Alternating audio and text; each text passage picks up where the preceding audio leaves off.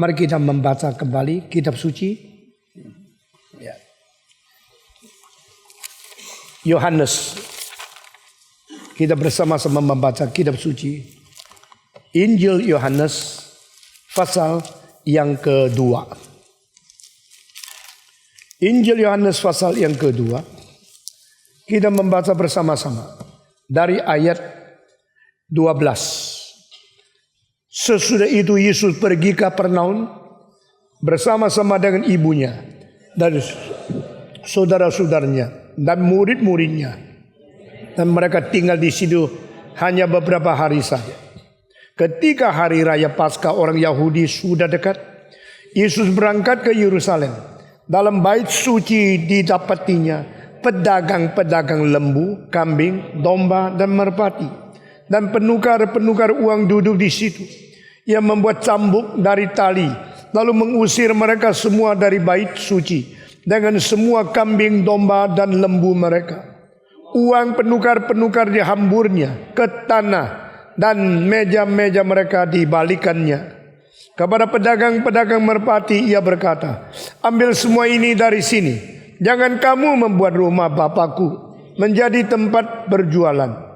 Maka teringatlah murid-muridnya bahwa ada tertulis, cinta untuk rumahmu menghanguskan aku. Orang-orang Yahudi menantang Yesus. Katanya, tanda apa lagi dapat engkau tunjukkan kepada kami bahwa engkau berhak bertindak demikian? Jawab Yesus kepada mereka, rombak bait Allah ini, dan dalam 3 hari aku akan mendirikannya kembali. Lalu kata orang Yahudi kepadanya, 46 tahun orang mendirikan bait Allah ini, dan engkau dapat membangunkannya dalam 3 hari? Tetapi yang dimaksudnya dengan bait Allah adalah tubuhnya sendiri. Kemudian sesudah ia bangkit dari antara orang mati, barulah teringat oleh murid-muridnya bahwa hal itu telah dikatanya. Dengan mereka pun percayalah akan kitab suci dan akan perkataan yang telah diucapkan Yesus. Mari kita berdoa. Tuhan berkati kami dan pimpin kami ke dalam kebenaran yang hari ini Tuhan perkenan kami membacanya. Pimpinlah kami dengan Roh-Mu yang kudus, sehingga rasio pikiran yang Kau cipta tidak terhambur dan tidak tersesat di dalam arah dan jalanan yang salah. Bawalah kami pulang Tuhan. Kami berterima kasih. Dalam nama Yesus Kristus Juru Selamat kami yang hidup, kami berdoa. Amin. Saudara-saudara, pasal 2 dari Injil Yohanes penting sekali. Pasal 2 mempunyai keunikan tersendiri yang tidak ada pada pasal lain di seluruh kitab suci. Pasal kedua ini memberitahu kabar kita siapakah Kristus dan dia harus mengerjakan apa di dunia. 2 peristiwa yang besar. Pertama, memberikan pertolongan kepada orang nikah yang mengalami kesulitan. Kedua, memperingati dan mengkoreksi orang yang salah menggunakan bait Allah. 2 hal ini sebenarnya ada 2 aspek, 2 sayap daripada anak Allah yang adalah firman menjadi daging, hidup di tengah-tengah dunia. Dia adalah Allah dan dia adalah manusia. Dia adalah firman, dia menjadi daging. Dia adalah turun dari tempat yang paling tinggi dan dilahirkan tempat yang paling hina. Satu-satunya oknum yang di antara Tritunggal hidup di tengah-tengah bumi selama 33 tahun. Mau kerjakan apa dia? Dia kerjakan 2 hal. Pertama, menyatakan kasih Allah. Kedua, menyatakan suci Allah. Kedua hal ini harus seimbang. Kalau manusia hanya mengerti cinta Allah dan tidak mengerti suci Allah, dia akan manipulasi dan memanfaatkan, hanya mau memperalat anugerah saja.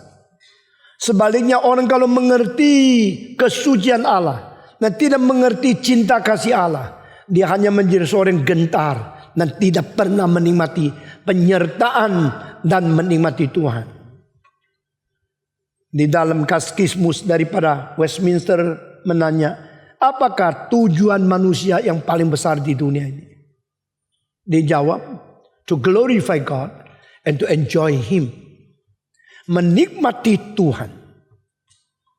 Memuliakan Tuhan. Menikmati Tuhan, menerima anugerah, mengalami cinta kasih, mendapatkan pengampunan dosa dan keselamatan. Ini menikmati Tuhan. Itu enjoy God. Mengenal Tuhan itu sukacita. Hidup bersama dengan Tuhan itu penuh dengan bahagia. Menikmati Tuhan. Tuhan bukan untuk ditakut-takuti. Tuhan bukan untuk dikagumi lalu sesudah itu kita jauh daripada Dia. We can enjoy God. Saya selamanya melayani dengan penuh sukacita. Kadang-kadang capek luar biasa, tapi tidak pernah tidak sukacita. I enjoy God. Orang tanya Patong capek ya, susah ya. Aduh kalau gini Sabat Minggu lambat-lambat terus naik mobil kebut-kebut, jantungnya copot loh. Saya bilang enggak, dari dulu saya copot. Copot pasang lagi, tidak apa-apa. Pikul salib, tidak pernah. Sulit apa? Tidak pernah. Banyak kesulitan, tapi tidak rasa sulit. Kenapa? Enjoy God. We should glorify God. At the same time, we enjoy God.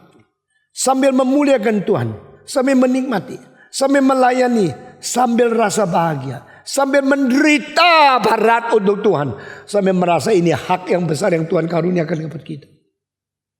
Hidup semacam demikian bukan hidup yang polos tawar, yang statis. Bukan. Hidup yang bergelombang, hidup yang naik gunung, masuk jurang. Tapi hidup yang terus memuji Tuhan. Saudara-saudara, Yesus di dalam pasal kedua ini, pertama memberikan mujizat. Menolong orang yang perlu. Mengetahui kesulitan orang di dalam keadaan yang berkekurangan. Memberikan pertolongan saat engkau perlu. Alangkah indahnya ada Tuhan seperti ini. Waktu saya lapar dikasih makan. Waktu saya sepi didampingi. Waktu saya susah dihibur. Waktu saya kurang kuat ditambah kekuatan. Waktu saya perlu Dia ada. Waktu saya seru Dia hadir. Waktu saya di dalam keadaan yang terjepit Dia tolong. Alangkah indahnya Tuhan seperti ini.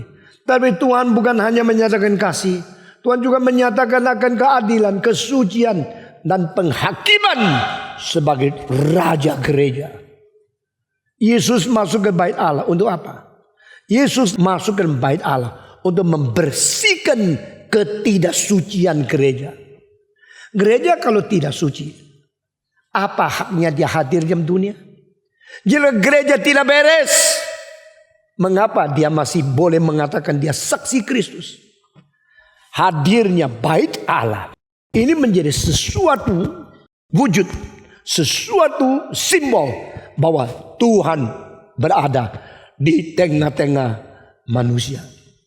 The presence of the temple is to indicate God is with us. God is in the midst of us. Melalui bait Allah, manusia mengingat Tuhan.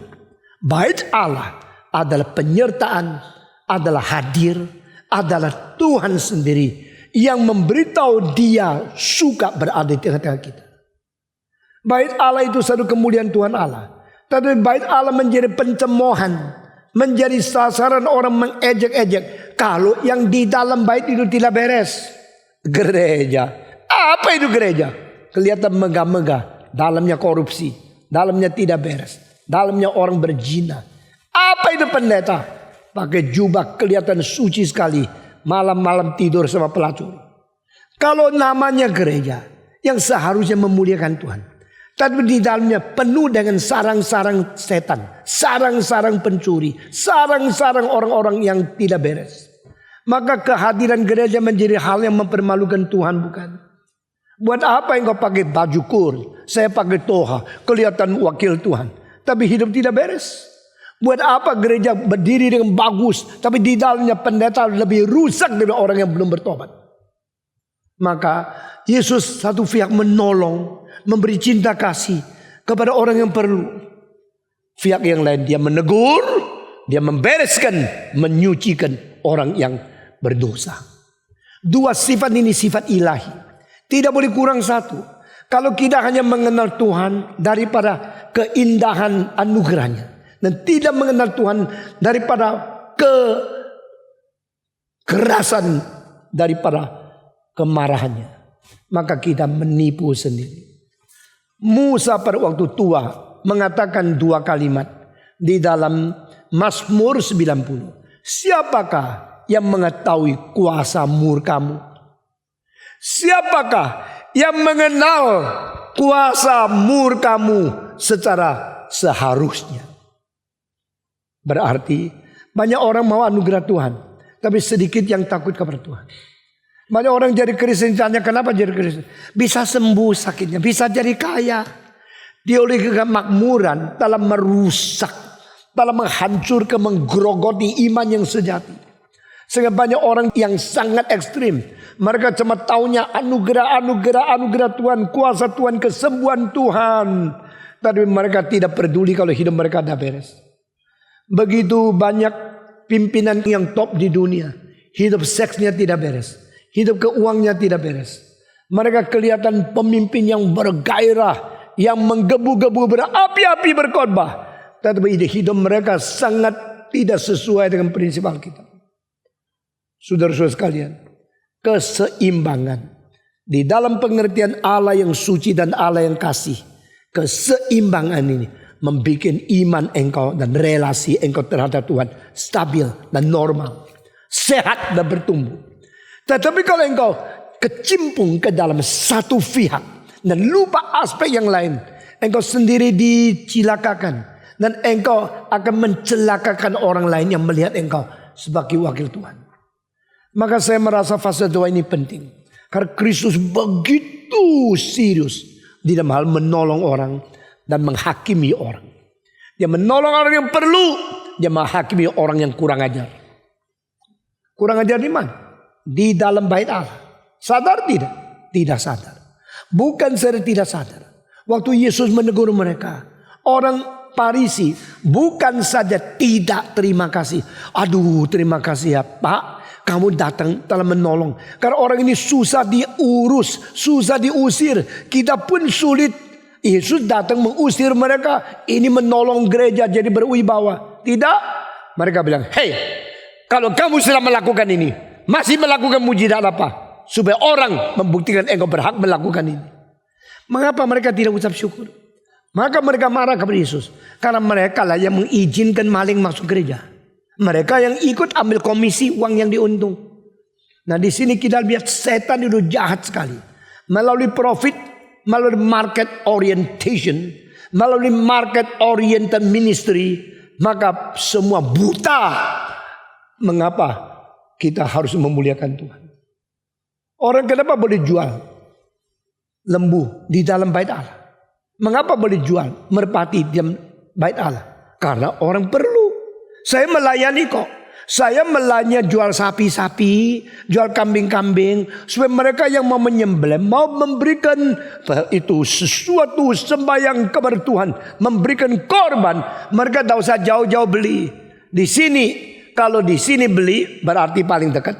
Kalau paling dekat paling gampang.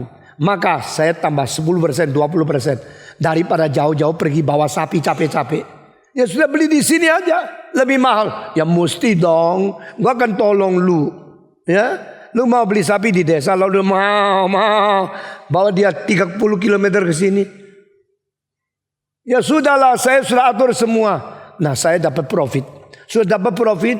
Kenapa boleh di bait Allah? Pasti imam-imam juga ikut dapat profit. 40-60 ya. Kita bagi-bagi ya. Win-win position. Ya, sama-sama ya. Inilah manusia. Manusia kalau sudah kelihatan profit, lupa prinsip. Kalau mendapatkan uang, lupa Tuhan. Di antara Tuhan dan momon, di antara momon dan Tuhan, harus pilih satu. Atau tidak. Engkau tidak pernah melayani. Saudara-saudara sekalian, Yesus paling mengerti. Saat itu tidak ada satu orang bicara. Tidak ada satu orang mengganggu. Tidak ada satu orang kritik. Bait Allah yang dicantum di dalam pasal kedua ini ada bait Tuhan Allah yang terbesar yang pernah dibangun di dalam sejarah. Berapa besar?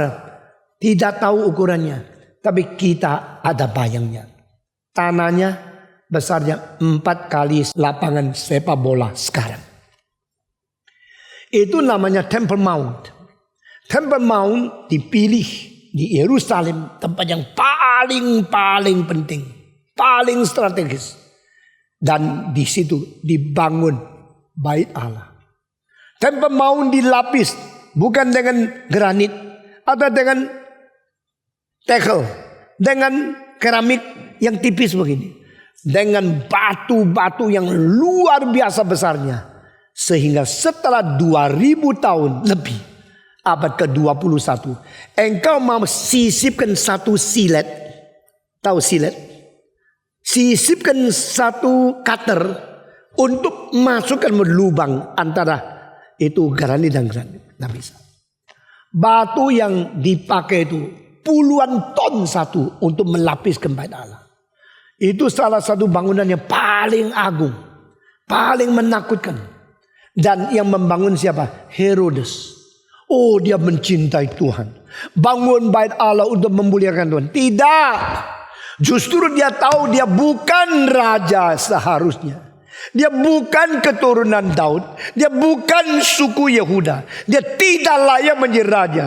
Tapi karena sudah di-appoint, main tunjuk ya, raja kaisar daripada Romawi, mengatakan ini bangsa berontak, bangsa yang paling berani revolusi sama saya.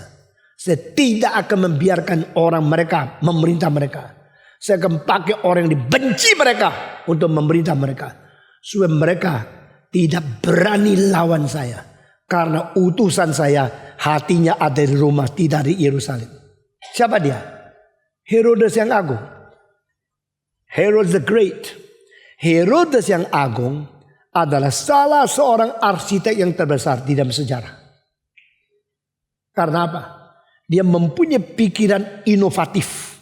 Mempunyai cara desain yang tidak pernah dipikirkan oleh orang lain. Bayangkan, dia mengatakan saya akan mendirikan bait yang disebut Yehova untuk menipu orang Yahudi, supaya mereka lupa kalau saya orang daripada Edom, supaya mereka lupa saya bukan orang Yahudi dan mau takluk di bawah saya, karena saya bisa menguasai mereka dengan menipu mereka. Caranya kasih bikin satu gereja besar, mereka semua takluk sama saya. Jadi kalau konglomerat dengan uang yang besar bangun gereja, lalu suruh orang Kristen semua dengar kabar dia. Gereja itu ada dua Tuhan. Tuhan pertama yang tidak kelihatan, Tuhan kedua kelihatan, yaitu konglomerat. Uang berbicara besar suaranya. Herodes bangun gedung yang besar supaya seluruh Bani Israel taat kepada dia, bukan taat kepada Tuhan. Meskipun orang Yahudi tahu mereka berbakti kepada Tuhan, tetapi kami berbakti kepada Tuhan melalui gereja yang dibangun oleh Herodes. Syukur kepada Tuhan, terima kasih kepada Herodes. Puji Tuhan, haleluya, ada Herodes yang bangun. Pelan-pelan dibius, pelan-pelan tidak sadar. Politik memakai agama, agama memperalat politik. Ini sering terjadi. Saudara, saya izinkan KRII ikut politik praktis. Tidak boleh memberikan sesuatu suara, pilih siapa ya lebih baik. Itu soal pribadimu, jangan masuk ke gereja. Gereja tidak boleh memihak siapa-siapa. Tapi gereja harus mengajar bahwa manusia sebagai Kristen bertanggung jawab kepada Tuhan. Dan dengan prinsip-prinsip moral, iman dan sebagainya. Dengan prinsip mencintai rakyat, takut kepada Tuhan Allah, jujur dan berbijaksana, barulah orang itu layak menjadi presiden. Lalu pengertian prinsip itu silakan pilih berdasarkan pengertian engkau yang bertanggung jawab kepada Tuhan. Tetapi jangan kira gereja memihak partai apa, gereja memihak siapa. Karena kita adalah anak Tuhan. Saudara-saudara, Herodes membangun bait Allah, pikir-pikir, saya akan membangun bait Allah dengan batu yang terbesar sepanjang sejarah. Orang bangun rumah pakai tegel-tegel yang satunya kira-kira 0,5 kilo. Sekarang bagian yang lebih ringan lagi, cuma 200 gram. Sehingga rumah yang tinggi sekali, tidak terlalu berat bebannya untuk mentenggelamkan fondasi yang di bawah tanah. Herodes tidak peduli. Pokoknya dasarnya dibikin kuat demikian rupa. Ribuan tahun tidak gonjang. Ternyata sampai 2000 tahun. Sekarang masih kuat luar biasa kok. Tetapi bait Allah itu sudah tidak ada. Karena apa? Tuhan tidak izinkan itu ada. Karena apa? Itu tidak dibangun melalui kehendak Tuhan. Saudara-saudara. Saudara tahu bait Allah yang dibangun oleh Herodes memakai batu, satu batu 5.000 kilo. 2 kali lebih berat daripada batu yang dipakai untuk piramida. Piramid-piramid yang berada di Mesir. Satu batu itu 2.500 kilo. Herodes bilang tidak. Saya bangun gereja Tuhan adalah 5.000 kilo satu batu. Dibangun sampai begitu tinggi. Sesudah begitu di atapnya itu dilapis emas. Ya. Kalau di Indonesia itu Monas yang dilapis emas. Nah Herodes bilang saya melapis emas di atasnya. Begitu mengkilat, begitu merefleksikan cahaya. Sampai menurut catatan sejarah. Orang Arab, orang Mesir, orang daripada Romawi. Mereka berdagang naik unta sampai dekat Yerusalem. 25 kilometer sebelumnya sudah melihat cahaya emas daripada bait Allah. Bait Allah itu bikin begitu besar. Sehingga di antara tempat suci dan tempat maha suci itu perlu satu tirai kan. Tirai itu besarnya sampai kalau tidak sampai 300 orang. Tidak bisa naikkan tirai itu ke atas. Pasang tirai itu 300 orang baru cukup kuat. Saya kalau lihat film-film Hollywood yang kadang-kadang kurang baca kitab suci. Yesus mengatakan, my God, why has thou forsaken me? Tiranya pecah.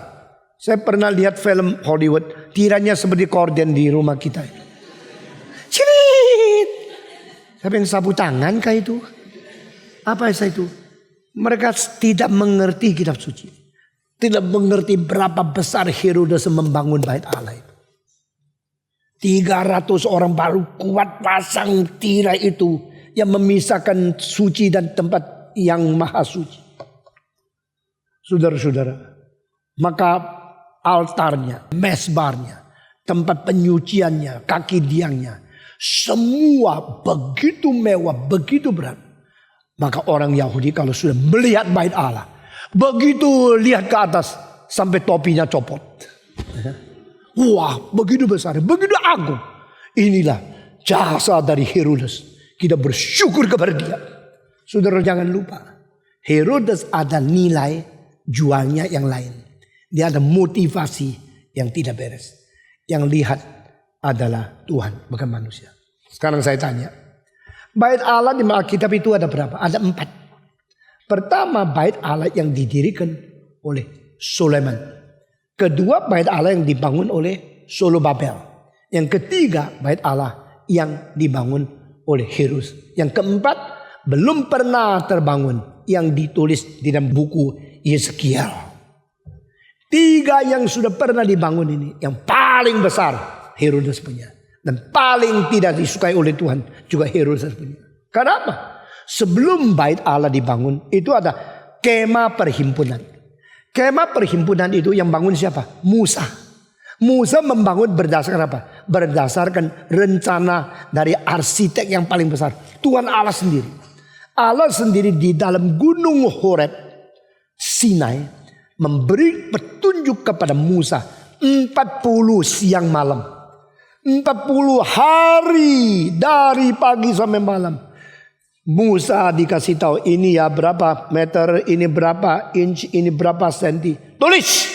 Saking rumitnya, maka dia harus pakai 40 hari 40 malam baru selesai semua blueprint daripada Tuhan Allah. Waktu dia bangun, apa bahannya? Emas kah? Perak kah? Tembakau kah? Kayu kah? Tidak boleh salah. Ukurannya tidak boleh salah. Berarti melayani Tuhan, mengerjakan pekerjaan yang perlu visi dari Tuhan. Nah, kita mengharapkan KRII, gerakan ini, melakukan segala tahap, segala pekerjaan berdasarkan petunjuk dari Tuhan. Lalu sesudah itu kita wujudkan dengan berkorban.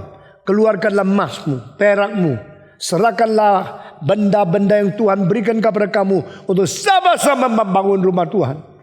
Saudara-saudara sekalian. Tetapi ini sementara. Karena itu kemah, bukan bait. Bait Allah pertama dari Sulaiman. Karena Daud pun tidak dilayak, tidak diizinkan Tuhan untuk membangun. Maka bait Allah kedua, Zorobabel, kecil. Bait ketiga besar. Tetapi semua bait Allah itu diizinkan oleh Tuhan, diperkenankan Tuhan. Cuma bait daripada Hirus tidak dipetunjukkan dan tidak diberkati oleh Tuhan. Menurut sejarah 18 tahun sebelum Yesus lahir itu mulai dibangun.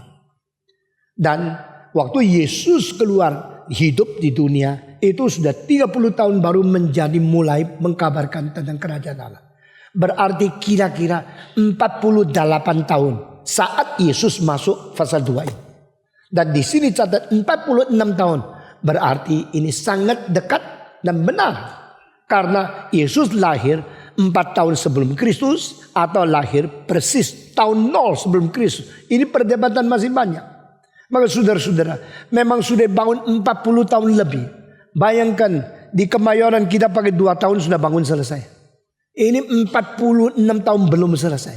Selesainya kapan? Mungkin 64 tahun. Berarti selama Yesus membersihkan bait Allah sampai tambah lagi, ya, tambah lagi akan 20 lebih tahun belum selesai. Setelah selesai, pasti mewah sekali. Tapi tidak ada gunanya karena dibangun 60 tahun, dipakai dah sampai berapa puluh tahun Tuhan hancurkan melalui Romawi. Kenapa? That is not according to the will of God. That is according to the ambition of man. Deception of man. Penipuan, ambisi, egoisme daripada manusia. Bukan karena kehendak Tuhan. Tuhan bilang, engkau bangun, saya tidak mau pakai. Setelah bait Allah itu dibangun. Sampai tahun 70, Tuhan mengizinkan bait Allah itu hancur dan semua dirobohkan. Dan akhirnya tidak ada satu batu yang berhenti di atas batu yang lain. Kok kuat ya? Bagaimana bisa angkat semua batu yang 5.000 kilo itu? Karena Yesus berkata, jangan kira ini bait Allah. Saya berkata kepadamu pada satu hari akan terjadi tidak ada satu batu berada di batu yang lain. Semua yang mendengar Yesus ngomong kalimat itu, semua ketawa. Sudah tahu berapa berat batunya.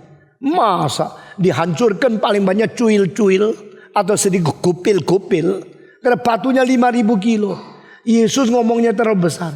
Exaggeration. Terlalu membual. Masa sampai batu tidak di atas batu. Justru kalimat Yesus tidak boleh dihina. Karena dia Tuhan yang bernubuat. Waktu tahun 70 Masehi. Sesudah Masehi 70. Jenderal Titus datang dari Roma. Membawa tentara yang banyak. Perintahkan bakar habis bait Allah ini. Waktu dibakar, apinya begitu besar. Orang di dalam lari keluar. Orang Yahudi selalu pikir Tuhan tidak mungkin membuang bait Allahnya. Karena ini rumah Tuhan kok. Ini satu-satunya tempat di seluruh muka bumi yang diizinkan Tuhan membangkitkan bait Allah. Masa Tuhan membiarkan rumahnya dibakar oleh musuhnya?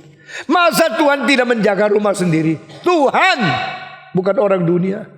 Maka mereka percaya Tuhan akan memelihara, Tuhan akan memelihara. Sudah satu kali dihajar. Tuhan mengatakan bukan itu gedung yang penting orang di dalamnya. Gereja mewah tidak ada guna. Kelihatan bagus tidak penting.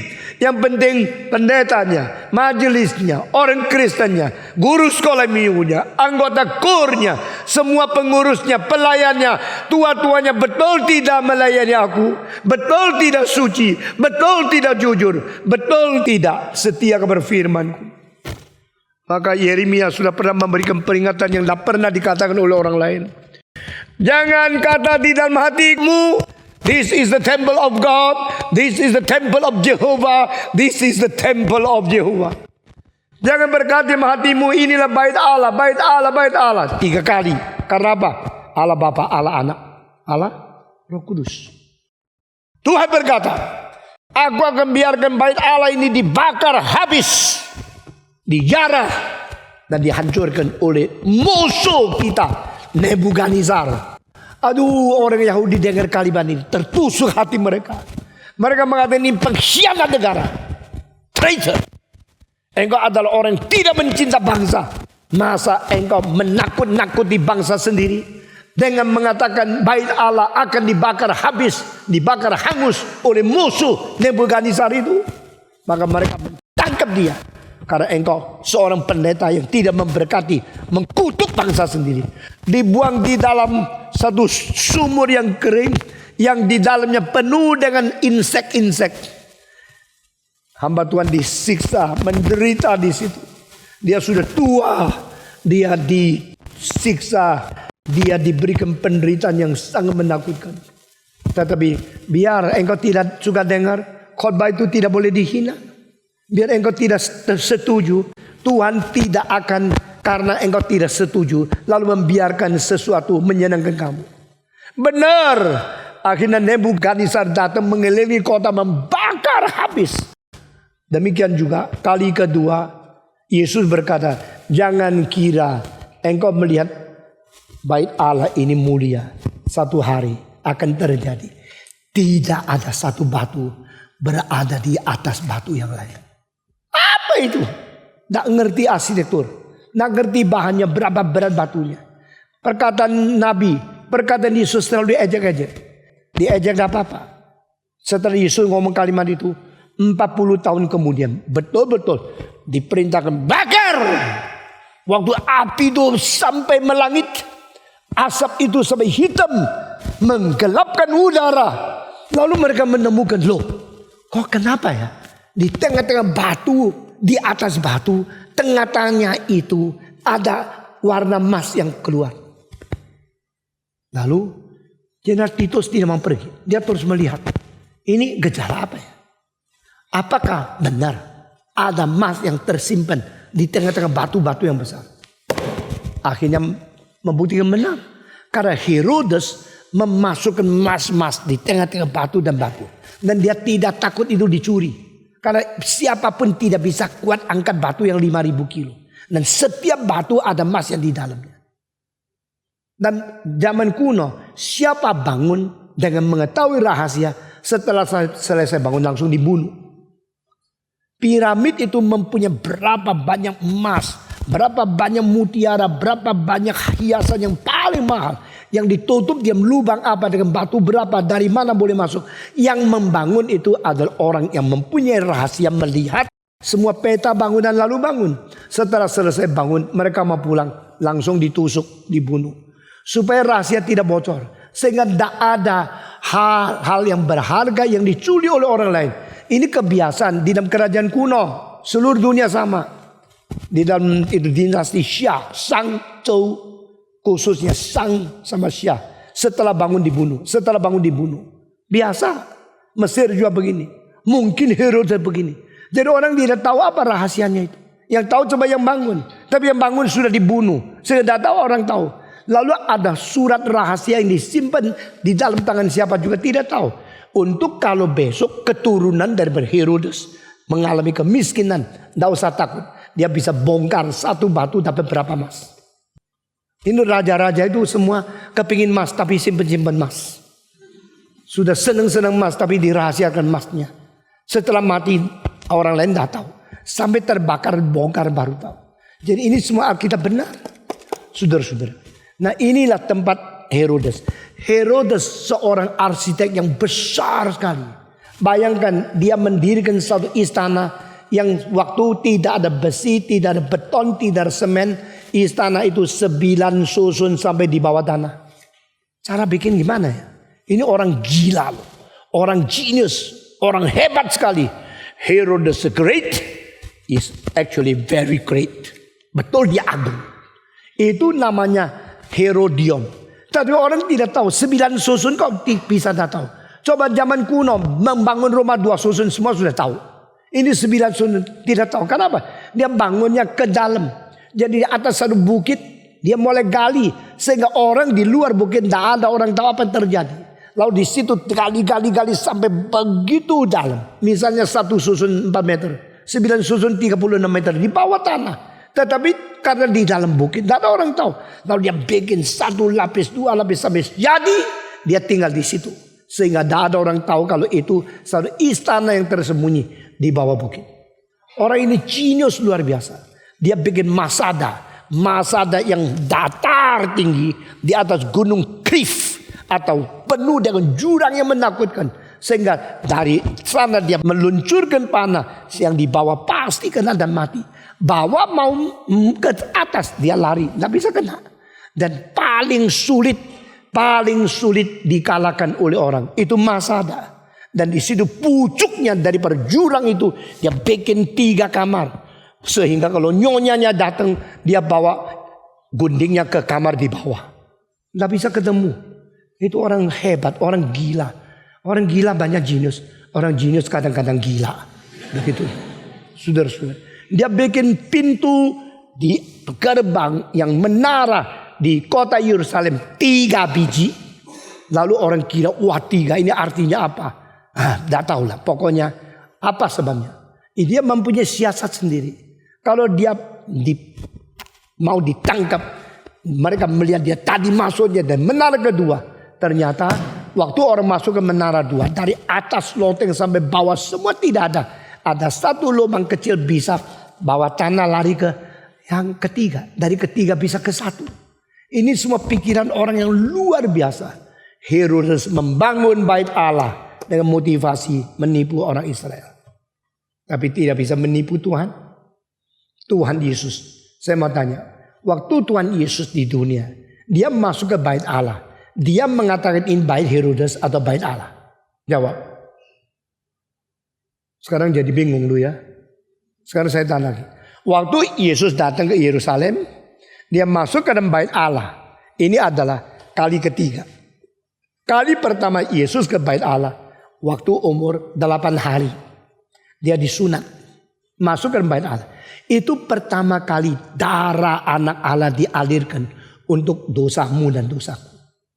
The first time the Son of God shed his blood for us. Umur 8. Bukan disalib. Waktu dia dipaku di atas salib. Dia mencurahkan darah. Tapi pencurahan darah Yesus pertama kali. Ada waktu dia umur 8 menjalankan syariat Taurat. Sesuai dengan taat kepada Taurat. Seperti apa yang ditulis oleh Musa. Dia disunat. Kali kedua dia ke bait Allah. Yaitu waktu dia umur 12. Dia dibawa dilantik menjadi bar mitzvah. Bar berarti anak. Mitzvah berarti Taurat. To be established. To be anointed. To be confessed. As the son of law. Anak Yahudi umur 12 harus bertanggung jawab kepada Taurat. Harus menjalankan semua tuntutan perintah-perintah hukum Tuhan melalui Musa. Yesus pergi Yerusalem. Ini kali ketiga. Kali ketiga dia masukkan bait Allah. Dia sekarang masuk ke dalam bait Allah atau bait Herodes. Jawab. Bait Allah. Tapi dibangun oleh Herodes. Yang dibangun Herodes boleh disebut bait Allah enggak? Saya sengaja membingungkan kamu ya. Supaya kamu lebih pintar gitu ya. Sekarang saya yang bangun siapa? Baitnya bait siapa? Allah. Allah senang bait itu? Tidak. Allah memperbolehkan orang Israel pakai bait itu untuk berbakti kepada Allah?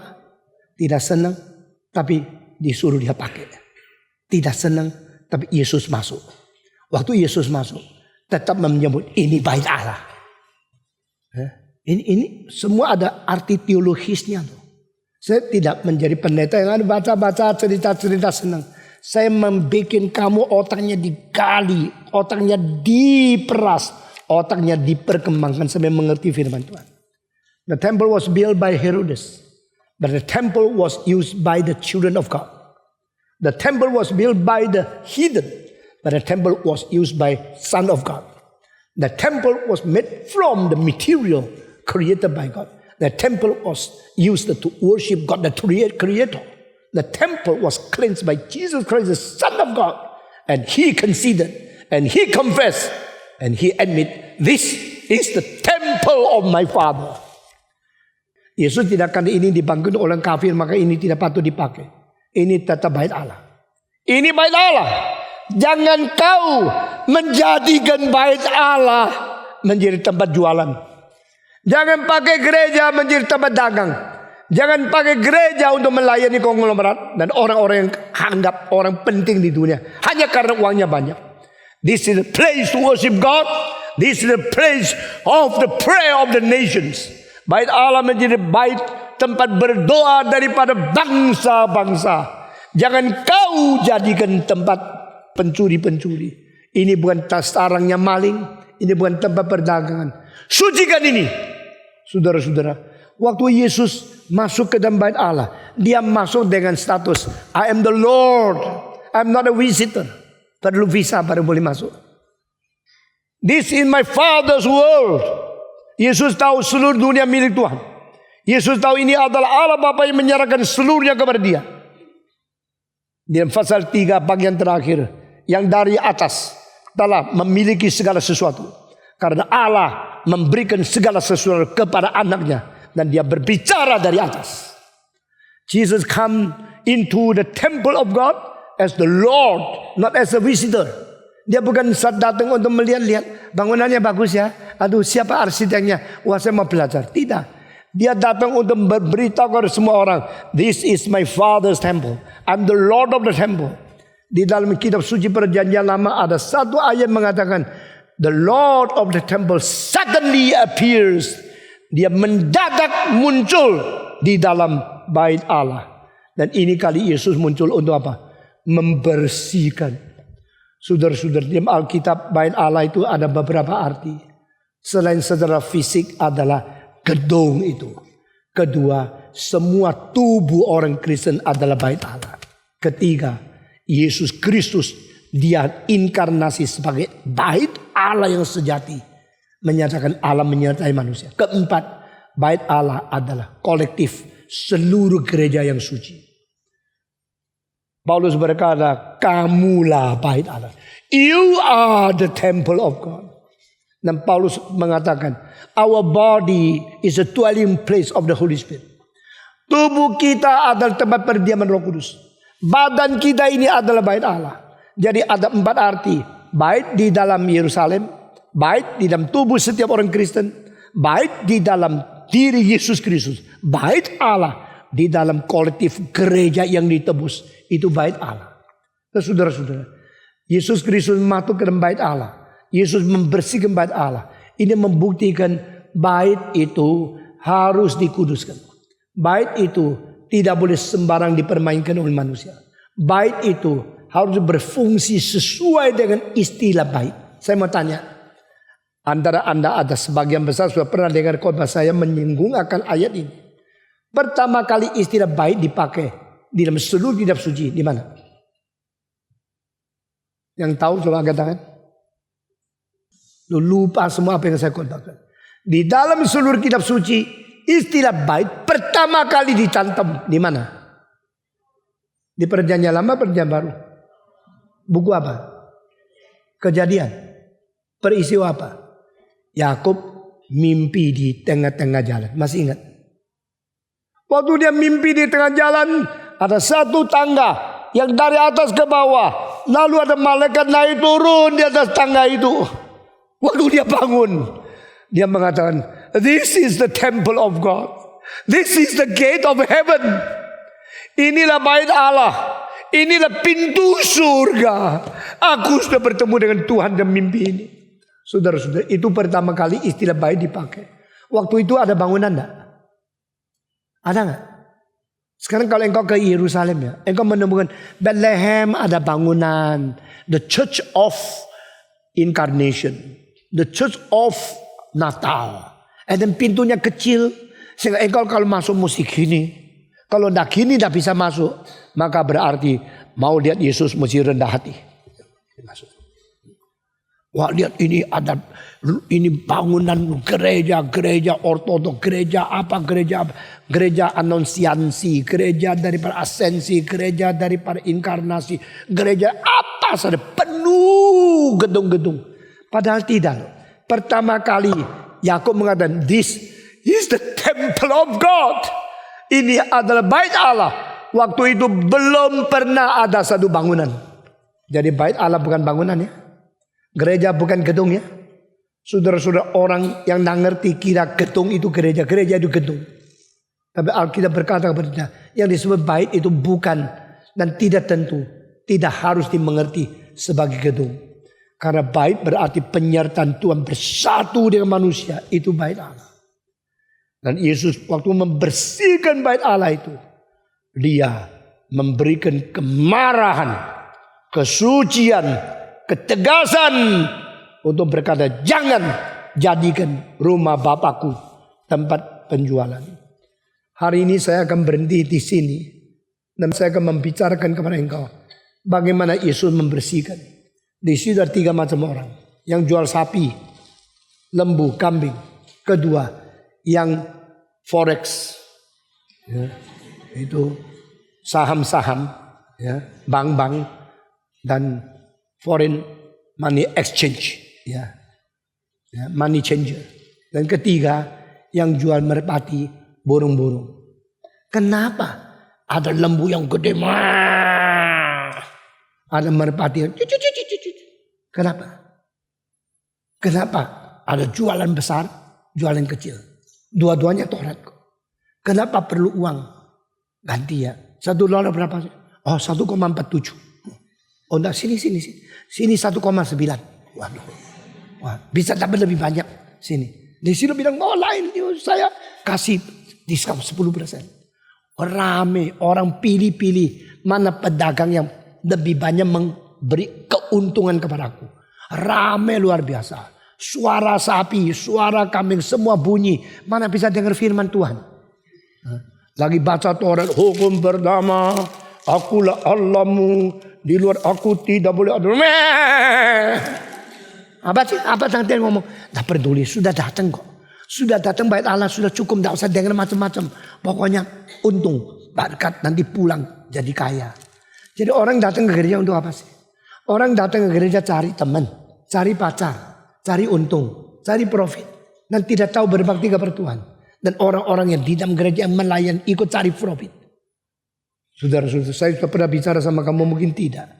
Ada seorang anak umur 3. Namanya Marju. Cari di internet.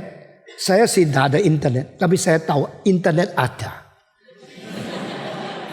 Saya ini orang kuno. Abad 19. Pakai handphone pun mau tutup. Mesti cari yang mana, yang merah, yang hijau. Selalu tutupnya salah. Ini orang kuno ya. Yuk anak modern kan.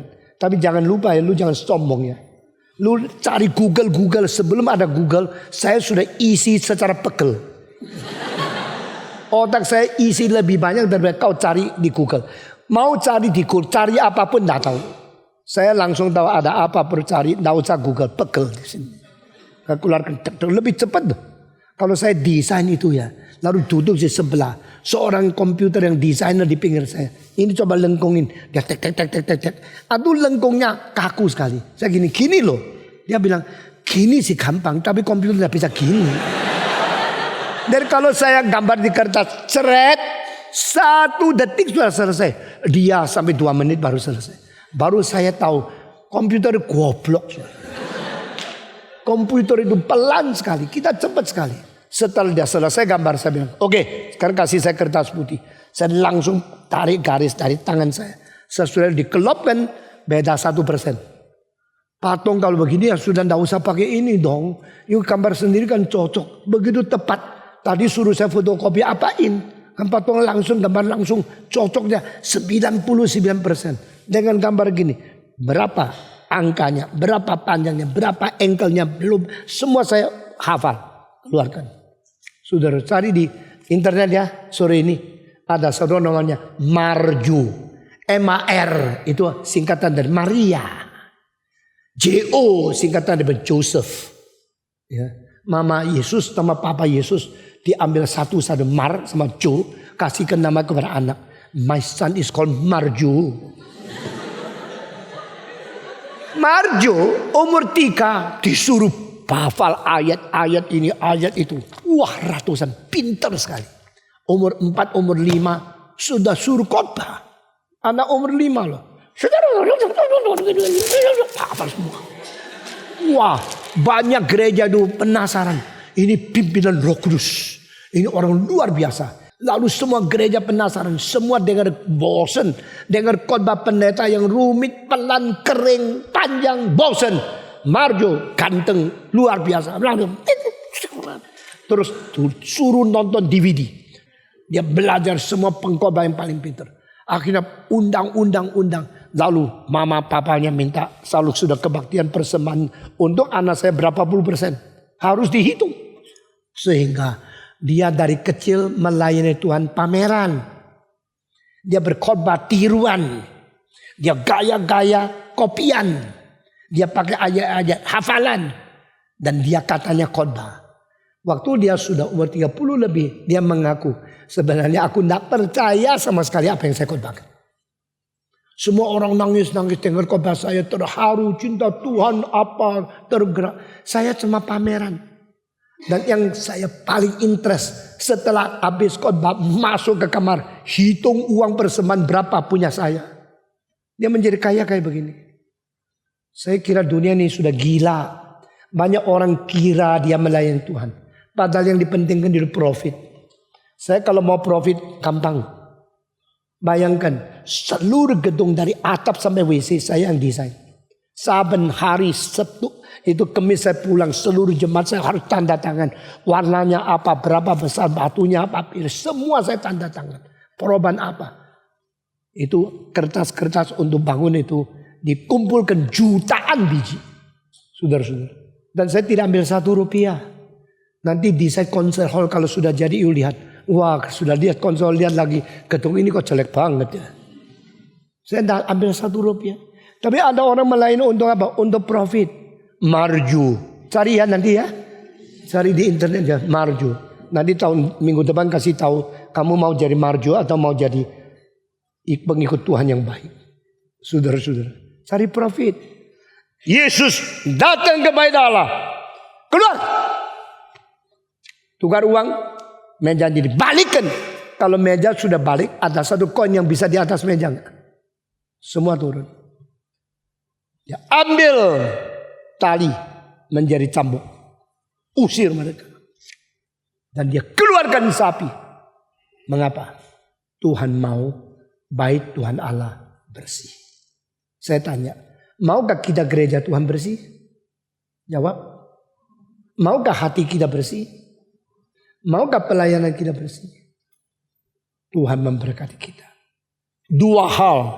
Yesus merubah air menjadi anggur. Menolong orang yang berada di dalam kesulitan. Memberkati pernikahan manusia. Tetapi dia mengusir dosa manusia yang mengganggu pelayanan yang sungguh-sungguh. Tuhan yang adil. Tuhan yang kasih. Tuhan yang suci. Mari kita berdoa. Bapa di dalam surga, kami berterima kasih. Engkau demikian mengasihi kami. Engkau membentuk kami. Engkau mengajar kami. Sehingga kami boleh menjadi orang Kristen yang sungguh-sungguh diperkenan di hadapan Tuhan. Dengar doa kami Tuhan. Kami serahkan semua ke dalam tangan Tuhan. Demi nama Yesus Kristus. Kami berdoa. Amin. Saudara-saudara, mari kita berdiri. Kita mengutarakan iman rasuli. Aku percaya kepada Allah, Bapa yang Maha Kuasa, Khalik langit dan bumi, dan kepada Yesus Kristus, Anak yang tunggal Tuhan kita, yang dikandung dari Roh Kudus, lahir dari anak darah Maria, yang menderita sengsara di bawah pemerintahan Pontius Pilatus, disalibkan, mati dan dikuburkan, turun ke dalam kerajaan maut, pada hari yang ketiga bangkit pula dari antara orang mati, naik ke surga, duduk di sebelah kanan Allah, Bapa yang Maha Kuasa. Dan dari sana ia akan datang untuk menghakimi orang yang hidup dan yang mati. Aku percaya kepada Roh Kudus, gereja yang kudus dan am, pensembuhan orang kudus, pengampunan dosa, kebangkitan tubuh, dan hidup yang kekal. Amin. Semua buka suara, semua berdoa. Kiranya Tuhan membersihkan hati kami menjadi tempat ibadah, menjadi tubuh Kristus, menjadi orang Kristen yang sungguh-sungguh membersihkan diri, mengkuduskan diri, boleh diperkenan oleh Tuhan. Berdoa untuk gereja Tuhan. Tuhan pelihara, pimpin kami menjadi gereja yang memperkenan hati Tuhan. Mari kita berdoa. Semua buka suara. Mari kita berdoa bersama-sama. Bapa di dalam surga, kami berterima kasih untuk segala pimpinanmu, untuk pekerjaanmu, untuk pembersihanmu, untuk pengajaran, untuk peringatan yang kami terima. Kiranya semua ini menjadi berkat di dalam hidup kami. Dan kami boleh menjadi orang Kristen yang hidup suci di hadapan Tuhan. Berkati kami masing-masing Tuhan. Berilah kepada kami satu hati yang sungguh menuntut kejujuran dan kesungguhan, kesucian berkenan kepada Tuhan. Dengar doa kami yang kami panjatkan. Dalam nama Yesus Kristus, penebus dan juru selamat kami yang hidup. Amin.